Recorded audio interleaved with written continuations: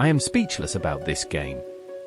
Stockfish as white and Lc0, Leela as black were paired together to play a game of chess, and the results were breathtaking, and I'm sure you will feel the same too. I will be explaining these moves in great depth, and I will make it as entertaining as possible, so enjoy. I'm going to skip the book move so we can get into the action a bit sooner. The opening was the Queen's Indian defense, fiancé variation, Nimzowitsch variation, quiet line, and that looks like d4, knight f6, c4, e6, knight f3, b6, g3, bishop a6 and b3. Now Leela plays d5, controlling the center with two pieces defending it. Stockfish plays bishop g2, fianchettoing the bishop, which eyes the rook on a8 when the pawn and knight are moved. Now Leela plays d takes c for an inaccuracy, because Leela gave away their strong pawn center, allowing white to break open the position further. Stockfish plays knight e5, attacking the pawn on c4 whilst having a discovered attack on the a8 rook. Leela plays bishop b for check. It isn't the best move as white can move their king to f1, and it is very safe from attacks at this point in the game. Now here is where things get interesting as black plays bishop d6, attacking the knight and ignoring the hanging rook. So white could take the rook on a8, but it is met with bishop takes e5, and white can't retreat their bishop because black would take d4 with the bishop, and the rook on a1 is trapped, and it is completely losing for white. So going back to bishop takes e5, we now know that white can't save their bishop on a8 as they have to protect the d4 square to stop the rook on a1 from being trapped.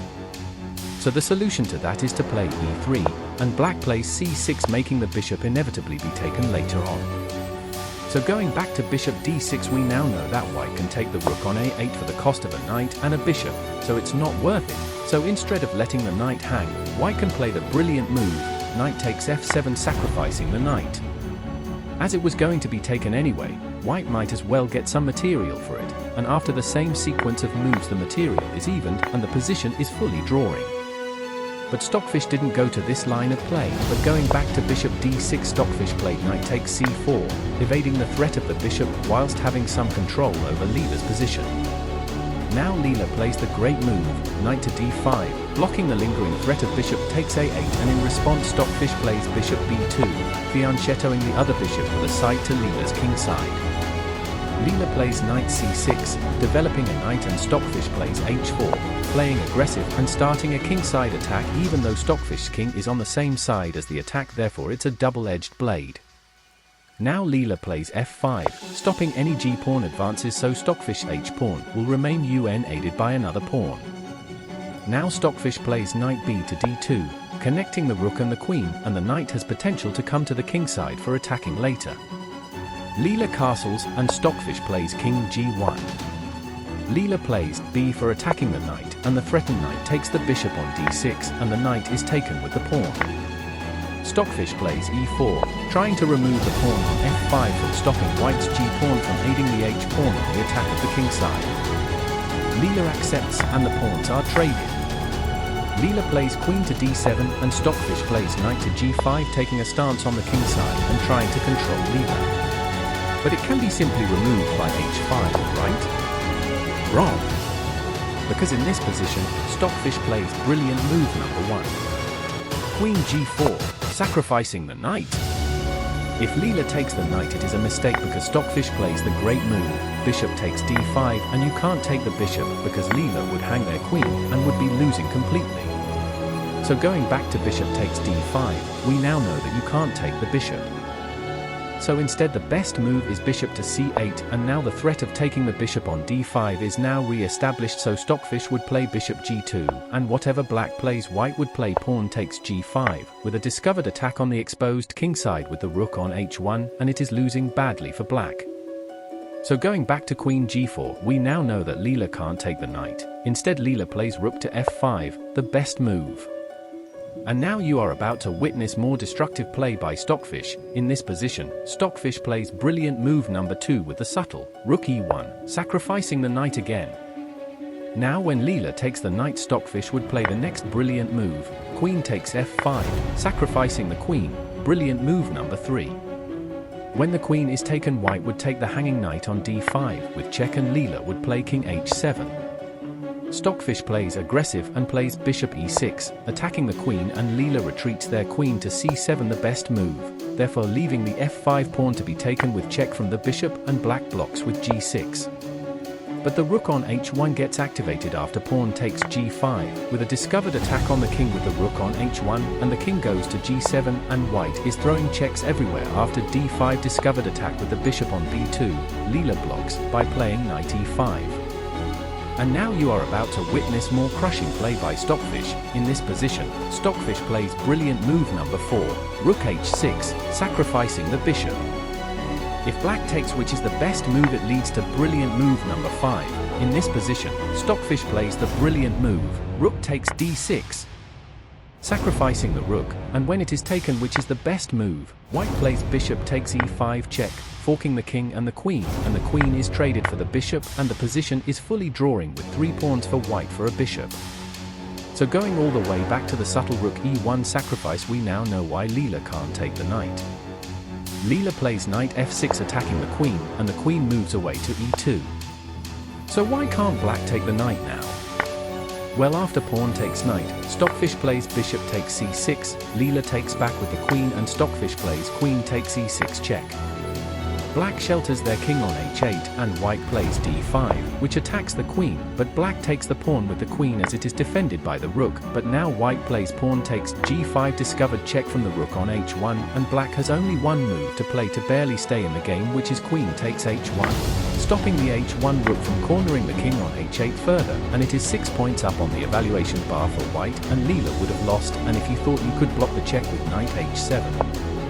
You are wrong, as Stockfish plays brilliant move number 6, bishop takes g7 check, and it is now mate in 11, and black gets slaughtered by white's second queen, herded up into a corner and butchered. So going back to queen e2, we now know why Leela can't take the knight. So going back to the real game, where Leela plays rook e8. Stockfish moves the knight away from the sacrificial position by playing knight e4, but it is an inaccuracy, because knight takes e6 is better. Leela plays knight d5, a great move as it stops d5 with a discovered attack on the king side of black, and opens up the f-file for the rooks, which are now more maneuverable. Stockfish plays bishop h3, threatening the rook, and with the now open f-file, Leela retreats their threatened rook to f7. Stockfish plays bishop to g for re-establishing the threat of a discovered attack on the king side when the h-pawn is removed, and Leela plays rook f to e7, planning on playing e5 to meet the threat of d5 when the knight moves, so Leela is consolidating their position. Stockfish plays rook h2 defending the f2 pawn, which is susceptible to attacks via the open f-file. Leela plays queen to d8, going back to its home square, disestablishing the threat of when the e6 pawn moves to mute the bishop, who doesn't hang their queen. Stockfish plays f3, and Leela plays knight to b8. Now Stockfish plays queen to c2, controlling the c-file and having another discovered diagonal near the king side once the knight on g5 moves. Leela plays bishop to c8, defending the pawn on e6, and when the pawn moves there is a discovered attack on the bishop on g4. But now you are about to witness more devastating play by Stockfish. In this position, Stockfish plays brilliant move number 7, knight g5, sacrificing the knight again. So what happens if black takes this time? Well, white would take g5 and black would play rook f7, the best move. Stockfish plays g6 and Leela gives away their rook, but why? Well, if we go back to g6 and black retreats their rook to b8. And now you are about to witness more killer play by Stockfish. In this position, Stockfish plays brilliant move number 8, rook h8 check, sacrificing the rook. Leela is forced to take and Stockfish plays queen h2, a great move, forcing Leela to give up their queen, otherwise it is mate in 3 with queen h7 check, queen h8 check, and queen takes g7 checkmate. So going back to pawn takes g5, we now know that you can't retreat the rook, so what about blocking the pawn from advancing further with g6? Well, white plays queen takes g6 check, then repositions their queen. Then an attack on the king side, then the queen side, then the king side, then the brilliant move number 9 queen side attack, rook takes c8 check, then the king side.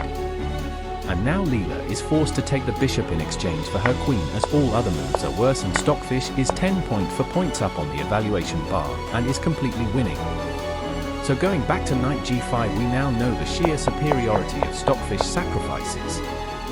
So back to the real game where Leela played knight to f6, a great move as it protects the h6 square from any infiltration and adds a layer of protection to the bishop's diagonal on the king side on b2, but Stockfish doesn't care about boundaries, and in this position, Stockfish plays brilliant move number 10, bishop h5, sacrificing the knight and the bishop at the same time.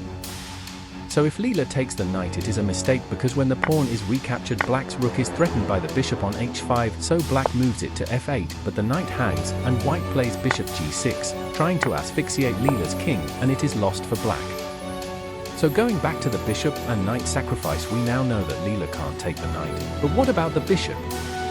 Well, it's mate in 2 after queen h7 check and queen h8 checkmate. The thought process behind these engines is spectacular, and their level is unfathomable to humans currently. So going back to the bishop and knight sacrifice, we now know why Leela can't take the bishop or the knight. So back to the real game where Leela played rook f8, moving their threatened rook out of the way from the bishop's site, and now you are about to witness more slaughterous play by Stockfish. In this position, Stockfish played brilliant move number 11, bishop g6. Sacrificing the knight again while also having the bishop remove all of the breathing space for Leela's king. Now if Leela takes the knight, Stockfish takes back with the pawn and Leela plays rook c7, attacking the queen. The queen would simply move out the way and Leela plays rook f to f7, giving the king a way to escape after rook h8 and the knight blocks. Stockfish plays bishop h7, putting immense pressure on the knight, and everything is traded, and white is 6.1 up on the evaluation bar and 3 points up in material.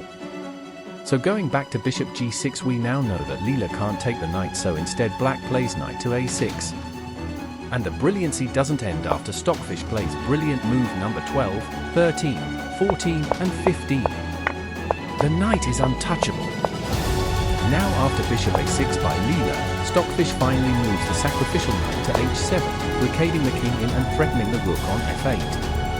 Leela moves the rook and Stockfish keeps the fire brewing with g5, knocking on the doors of Leela's fort, but Leela doesn't answer the knock and plays knight to h5, stopping the h for pawn from advancing any further into Leela's territory. Stockfish uses a battering ram and starts open fire on Leela's fortress, and fighting fire with fire isn't the best option here as Leela plays g takes h6, opening the diagonal on the king with the bishop on b2. Stockfish takes advantage of Leela's mistake and plays d5 discovered check, and Leela blocks with e5, and Stockfish takes the hanging pawn on h6. Now Leela plays rook takes h7, attacking the queen. Now you would think taking the rook on h7 with the bishop is a good move, but it isn't, as it loses white's winning advantage. So in this position Stockfish plays brilliant move number 17, rook takes e5, sacrificing the rook and the queen. If black takes the rook, it is a blunder because it is mate in 1 with queen takes h7 checkmate. So what about taking the queen? Well, that is in fact the best move, and Leela did play that after checking the king with rook g7 check, blocking the diagonal from the bishop when the rook on e5 is moved. Stockfish blocks the check with rook g2, and Leela takes the hanging queen, and now you are about to witness more killer play by Stockfish. In this position, Stockfish played brilliant move number 18, rook takes h5, sacrificing the rook again. If Leela takes the rook, it is a blunder because the rook is regained after bishop g7 check, which is defended by the rook on g2, and black's king is forced to g8, where it is put under fire with bishop f6 discovered check, which threatens the queen, and the queen's is lost for black, and white is 3 pawns up and completely winning. So going back to the real game where at the rook sacrifice, Leela played knight e8, defending the sacred rook that blocks the check from the bishop on b2, which hasn't moved in 33 moves, but still is a major factor in this game. Nonetheless, Stockfish takes the rook on g7, which is swiftly recaptured by the knight, and the hanging rook is taken by white, and the material is 3 pawns for a knight and 2 rooks for a queen, and it is in Stockfish's favor. Now Leela moves out of the check with king to g8 only move, but the attack isn't over yet as Stockfish plays rook h7 attacking the knight. Leela knows the knight is lost and throws in a check with queen b6, but it is simply brushed away and Leela's king moves away and the knight is taken. Leela plays queen e3, attacking the hanging pawn on f3, and Stockfish solves this by playing bishop e4, defending the pawn. Leela throws in another check with queen e1, but it is blocked easily with rook g1. Leela's queen goes back to e3, and Stockfish's rook goes to h5. Leela moves their king to e7 and Stockfish replies with a flurry of checks. Rook g7 check, rook g6 check, rook h7 check, rook f6 check, and now you are about to witness Stockfish make a mockery of Leela.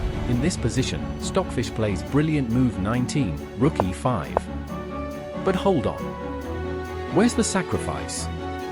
Well, after Leela forces White's king to h3 after queen e1 check and queen f2 check, Leela pins the rook to the king and Stockfish placed the rook there to be sacrificed, and that's why it's brilliant.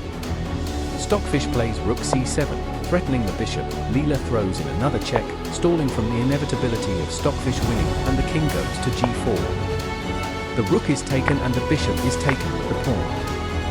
Leela, running out of options, starts by playing another check, and another one and another one, but this time it is a mistake as it is mate in 12 after f4, bishop h7 check, e7, bishop g6, rook f8 check, e8 promote to a queen, bishop f5, king h5, queen takes e2, king g6, queen e6 and queen f7 checkmate. This game was amazing, with 19 brilliant moves including variations is astonishing. It was 100% well worth to document. Anyways, the game's PGN is in the description. Thank you for watching. Chesscadia out.